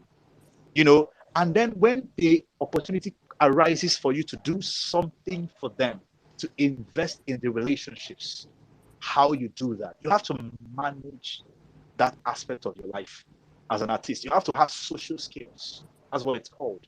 Social skills. Be able to penetrate people, be able to make people find you interesting and trust you, even if you're not a very good person. That's part of networking. It's about interest, mutual interest. So if you're able to sell yourself in a way that people can actually see that you can be beneficial to them as well as they can be beneficial to you, you are networking. It's about that. It's not about performance. No, that one is a different thing. Yeah, I want to relate with what you are saying, and that is a very classical example of which a lot of us are aware of. Wizkid, Davido. Just recently, some Davido fans took to Twitter to vent, register their displeasure on how Davido is made very accessible, and they were complaining bitterly because a particular BB Niger housemates who they found very undesirable met Davido and vibed with Davido. They felt that Davido was reducing his brand and was becoming too accessible, unlike Wizkid. How do you? You're talking nonsense. You're talking nonsense. How do you? I'll tell you. Of course, that's what they were saying. They were very, very upset. Honestly, they were very upset. It doesn't change anything. It doesn't change who he is. It doesn't change anything about his brand. Why? Davido is a rich man's son who comes down to the poor and the average man and relates very well and even give them gifts. He tries to identify with the poor. I know you are suffering. I know what you're going through. Take this one and manage. That's the kind of person Davido is. He will even feature you if he has to. You know, he helps more people that we don't know than the people we see on Twitter, from what I've learned. Do you understand? So he's a people's person, someone like that. And you have to build your brand around your person, around the man you're comfortable to be. Because when it's natural, you are authentic. And when you're authentic, people can connect with you. Now, Wizkid probably is a shy guy or is an introvert. So why should he be in people's face all the time when it's not who he is? Do you understand? But Davido is a different guy. Davido is a people's man. OBO. Davido is like that chief. If you lived in Lagos before, some streets have a particular chief everybody knows. They call him Baba. He has money. You know, when he's passing, they're hailing him, and he dashes people money. He helps people. When somebody is sick somewhere, they come and tell him, Baba, oh, this man is sick. Oh, we are looking for money. We are trying to raise money. You say, okay, let me see what I can do. You take the person to, you know, that's the kind of person Davido is in the industry. He's a helper. He has projected himself as that kind of person. So he has to identify with everybody he can. If he doesn't like you, that's a personal decision. If he likes you, that's a personal decision. The fact that a lot of people don't like a particular housemate does not mean that he needs to. He has to dislike the person. No, he has his own rights. Now, let me give you a classical example. You guys are talking about the modern guys. Let me go to the older guys. Two-Face Idibia. Two-Face Idibia, till today, as I'm talking to you, can record a song with anybody. As at the time, Two-Face was the king of Nigerian music as a young boy when he was already above P-Square and the Bunch. Two-Face was still living in Festac. Why? Because he likes being able to mix up with people in his community, in his neighborhood, for two reasons. One, it feels natural to stay connected to the people that you've always known all your life. Two, that's where his inspiration comes from. Staying with the hood where you were created, where you were molded, keeps you in touch with the slangs, the ideas, the culture. You keep in touch with those things, and you always pick up ideas, stories, things happening. You know what's going on. You can actually use that, draw from that to write your songs. That is one. Second thing was that Two-Face would be walking around and walk into a studio, a local small studio somewhere in someone's house or somewhere out there on Festac and find young boys recording a song and greet the owner of the studio, maybe he's his friend or producer, and they just this, but everybody just greet him. So, we hello everybody, and like we just yab everybody. Everybody will laugh about it. And if Two-Face is feeling the song they are recording, if you're like, I feel the song, I feel the song, I feel the song, make I just drop something. It go enter, put sing. That's the kind of person Two-Face was. Until his management took it seriously to restrict it, like, guy, you can't be doing this thing everywhere. You can't be singing on everybody's song. There are many songs that Two-Face jumped on that didn't come out. We don't hear about them, but he did. Did that reduce his brand? Nope. Why? Because Two-Face has always been that kind of person. When you see him on interviews, he's not just answering questions, he's vibing with everybody in the studio. Even when he went to talk at, what's the name of that lady? Monique, one African-American talk show of those days, like 2001, 2, 3, 4, 5, 6, 7. You know, she was popular then. She interviewed him, and she was having so much fun that the whole crowd were laughing at everything Two-Face said because of the way Two-Face was so natural. And I think that's part of what makes us love him, even when he's no longer releasing songs very often, because it has gone beyond his music. We like his personality. He resonates with us. So I think it's about who you are. I hope I've answered that question. Yeah, rightfully so. I think you made it very clear. You have to understand who you are, then work towards that. Thank you so much, Chuka. Books, you are raising your hand. Do you have a question or contribution to make? No, just wanted to add to the C finish the C finish issue. You know, I think there's nothing like C finish general. I think it is more of what are you putting out there. Exactly. How many of your songs sound alike?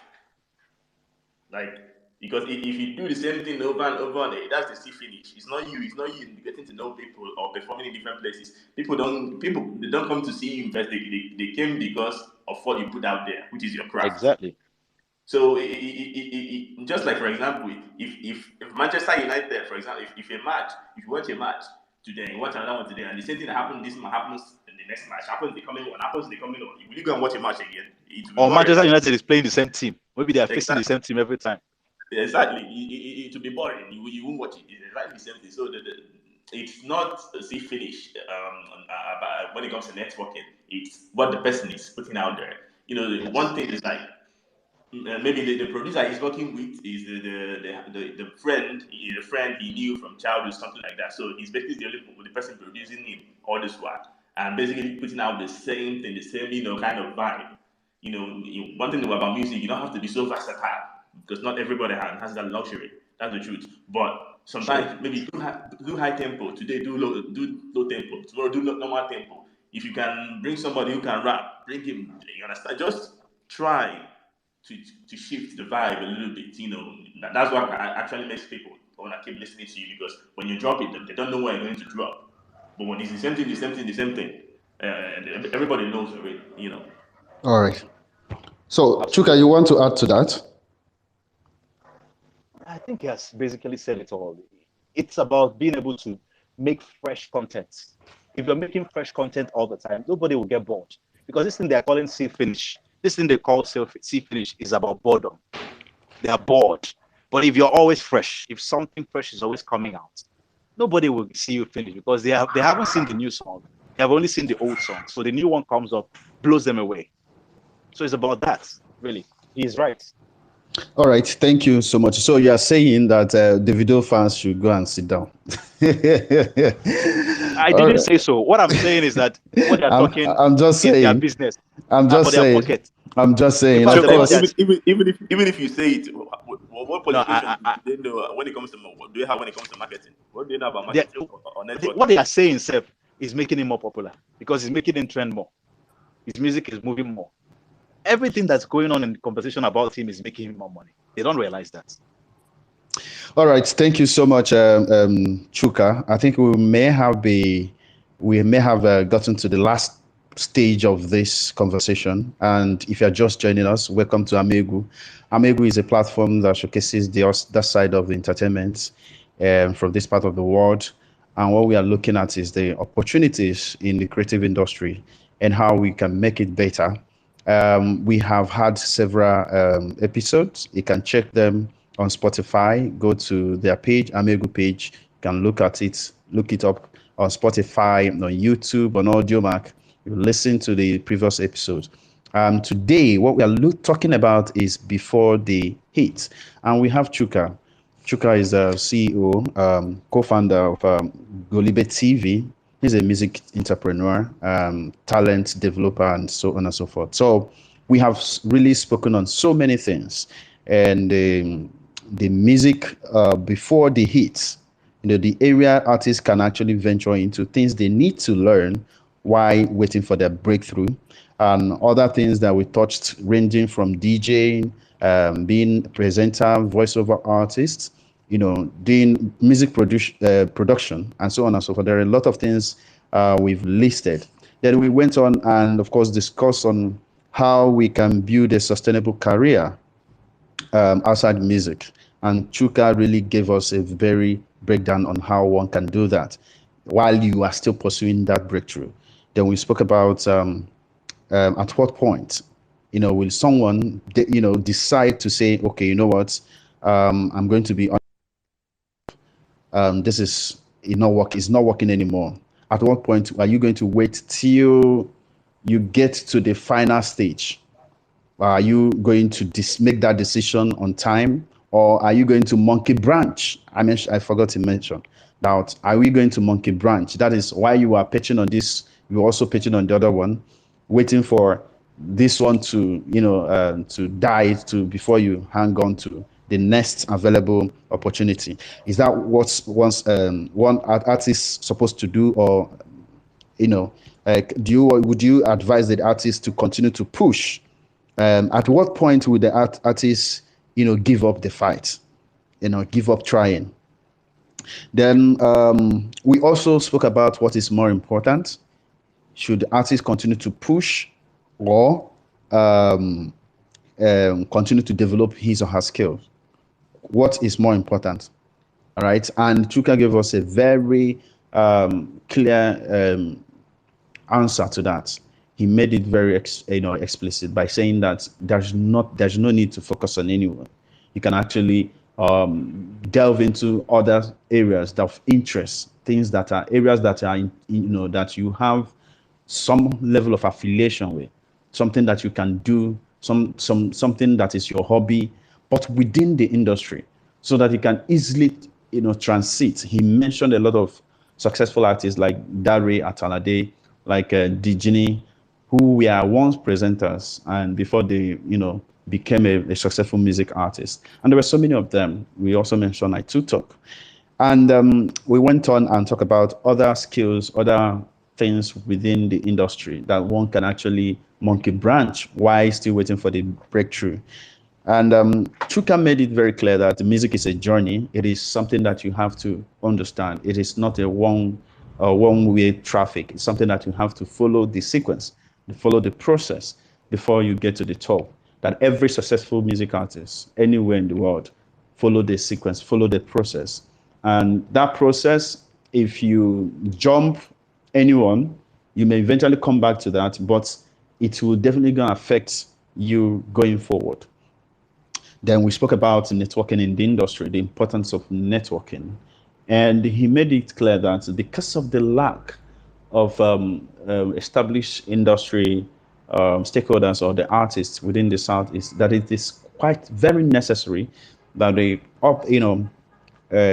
creative artists or creative content creators or artists within the Southeast should make a very concerted effort in collaboration.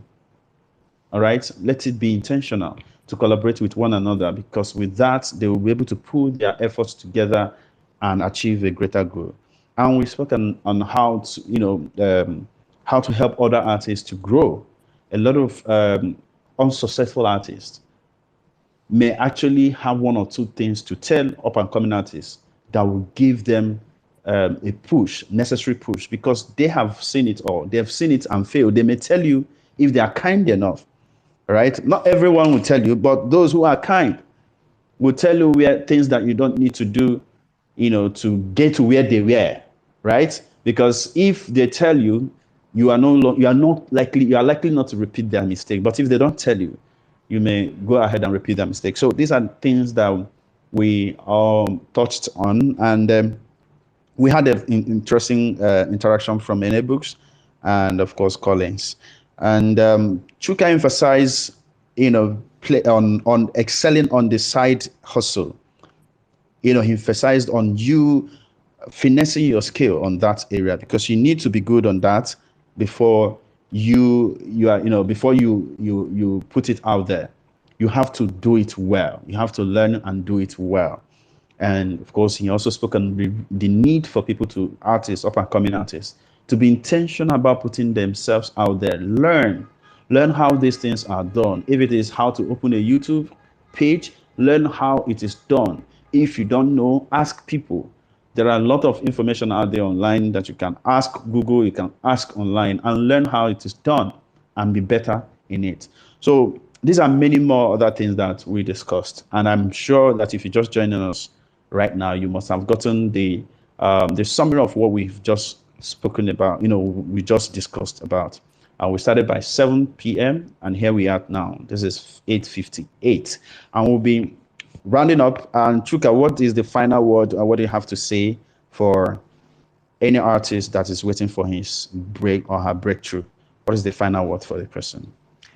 There is this thing I say all the time, when I'm talking with people who are complaining about not having the chance to do what they want to do, or how they are struggling with following their passion, or how the universe is not responding, supporting, or people are not supporting them enough, or how it's just difficult to be able to navigate through the area of their passion and deploy their talents. I always say something. We live in a time of privilege. We live in a time, in an era of privilege. It's a privilege that you can actually open your mouth and talk about you pursuing a career in the area of your gifts and passion. 25, 30 years ago, nobody had time for that. It was about having a job, doing your job very well, getting paid, pay your bills, have a family, take care of your family, or do business, make money, build wealth, buy cars, build houses, live good. That was life before we became adults. That was life. Most of our parents didn't have that idea of following our passion. Some were lucky to dabble into their area of passion. Everything worked out. Maybe the person read mass communication and became a communicator and became a presenter, enjoyed his life as a presenter. Some other people even evolved into other areas that were areas of passion. For instance, Pete Edochie was a presenter on ABS for years because he trained in mass communication or theater arts, one of them. But the point is that he was a presenter for so many years. When they wanted to do Things Fall Apart, the English edition, they called him. I think he was auditioned. He was chosen to be the Okonkwo of that edition, and he did so well. And that opened the doors for him in the movie industry. Then he got into movies and became successful, and he became a legend. But it wasn't scripted. It wasn't planned. It wasn't what he went out to do. It just happened. He was lucky, and he's an exception.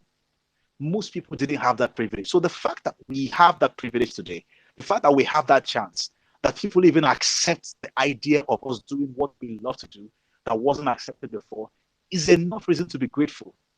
I'm telling you, the fact that you can pursue something that people could not pursue 50, 40 years ago is a privilege you should be grateful for. If it doesn't work, fine. Your papa didn't even have the chance at all. You are having a chance. And that is the more reason why we should put in the best in it, because it's something that others didn't have. So we should appreciate it more. So it's not something we should be crying about. I am sorry if I'm not sensitive enough to whatever your concerns are, but I'm just making it clear because I see people get depressed because of this. Because you're not able to do music or do what you love. You think your life is useless. No. And also, there are areas around what you want to do. There are areas around what your passion is that can also fetch you some level of fulfillment, some level of some level of fulfillment. You gain some feeling of satisfaction from doing certain things around what you would have loved to do if you don't get the chance to do what you would have loved to do. I'll tell you one small story. There's a guy called Abraham Laborel. For those of you who listen to gospel music those days in the 90s, he's a bassist. He's old now. He's a bassist. He played for Ron Kennedy and Don Moen and most of those guys with Hosanna Music, Integrity Music, you know. But before then, he played for Mike Jackson, Quincy Jones. Now, this guy went to Berklee School of Music to learn how to play the guitar. He did training courses on guitar and failed the exam. The final exam, he failed. So he couldn't become a professional guitarist because he failed the exam. He had to go back to school and try again. But this time around, he chose the bass. And he learned how to play the bass. But guess what? Because his passion was in the area of guitar, normal lead, electric guitar, because it was his passion.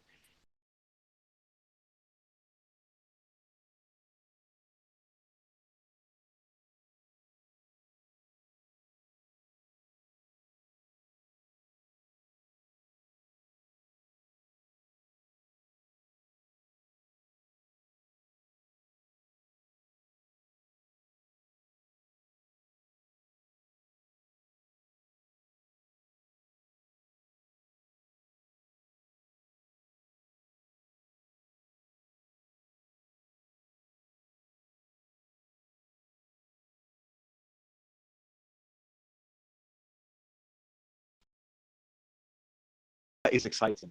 Quincy Jones said he is the best bass sessionist he has ever played with before. He was at some point in the 90s, he was among the 3 best bassists in the world. The best in the world, among the top 3 at some point. His bass guitar lines are now reproduced and used by a lot of bassists today. They don't even know where it came from. But what happened? It was a failure that turned into something else. He didn't consider it something to go and die about or cry about. I didn't become a guitarist. Rather, he found his expression in something that wasn't exactly what he wanted to do. And that made him even greater than he probably would have been as a guitarist. So that's how life works sometimes. It's not about you all the time. Sometimes it's destiny. Sometimes it's just you making the most of what is given to you or the opportunity you have. I guess I can close it here. Thank you, Chuka. Thank you so much for that. And I think this is where we will call it a day. And I want to bring Chief Host, the Amaegwu, to give us a very final verdict before we close. Amaegwu, Right. are you? Good evening, everybody. I'm here. Thank you, Chuka. Thank you, everybody that has joined us. And like Uche has continued to say, okay, first off, my name is Chuka Osonwa, and I am always there on this space on behalf of Amaegwu. Amaegwu is a media platform that wants to showcase the other side of the entertainment industry here in Nigeria and in Africa. Thank you all for joining us. We do this every week, every Friday, and we upload it on other platforms. I want to thank Chuka, our speaker, for feeding us with information, with knowledge, for making out time to be here with us. I also want to thank some of our other speakers and listeners who have been following us from other editions, persons like Books. Thank you so much for joining us. And thank you, our co-host, Uche. I hope that we all enjoyed tonight's session and we look forward to seeing you again. So from Amaegwu is good night. All right. Good night, everyone. Good night, Good night, y'all. from here. All right.